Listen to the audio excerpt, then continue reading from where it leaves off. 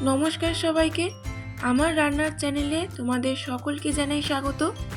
আজকের রেসিপি ভালো লাগলে চ্যানেলটা প্লিজ সাবস্ক্রাইব করে দিও, পাশে থাকা বেল আইকনটা প্রেস করে দিও যাতে আমি যখন ভিডিও দেব খুব সহজেই তোমাদের কাছে ভিডিওটা পৌঁছে যায়। কথাতেই আছে বাঙালির 12 মাসে 13 পার্বণ, আর শীতকালে বাঙালির ঘরে ঘরে পৌষ পার্বণ পালন করা হয়। পৌষ পার্বণ মানেই হলো পিঠেপুলি। আজকে আমি তোমাদের দেখাবো ঘরে থাকা কয়েকটি উপকরণ দিয়ে চটজলদি গুড়ের পোয়া পিঠে বা ভাজা পিঠে। গুড়ের পোয়া পিঠে তৈরি করার জন্য লাগবে 2 কাপ ময়দা, 1 কাপ সুজি আর 1 কাপ চিনি। ব্যাটারটি তৈরি করার জন্য প্রথমে একটি পাত্রে 1 কাপ সুজি দিয়ে তার মধ্যে 1 কাপ জল দিয়ে 30 মিনিট ভিজিয়ে রাখতে হবে যাতে সুজির দানা ভাব না থাকে। 30 মিনিট পর ওর মধ্যে দিয়ে দেব 1 কাপ চিনি,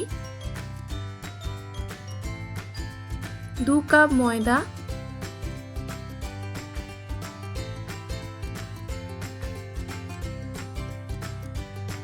সামান্য নুন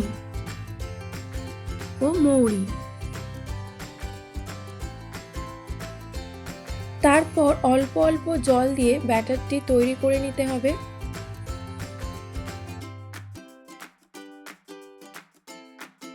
ব্যাটারটি ভালো করে মিক্সড হয়ে গেলে 20 থেকে 30 মিনিট ঢাকা দিয়ে রেখে দিতে হবে। 30 মিনিট পর ঢাকা খুলে দিতে হবে খেজুরের গুড়। তারপর আবারও সবকিছু ভালো করে দিয়ে ব্যাটারটি মিশিয়ে নিতে হবে।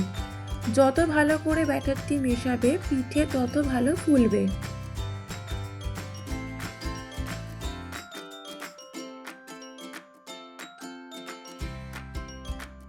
তারপর ভাজার জন্য কড়াইতে দেব পরিমাণ মতো সাদা তেল।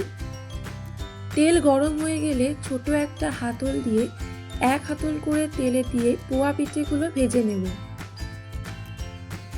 একদিক ভাজা হয়ে গেলে অপর দিকও লাল লাল করে ভেজে তুলে নেব।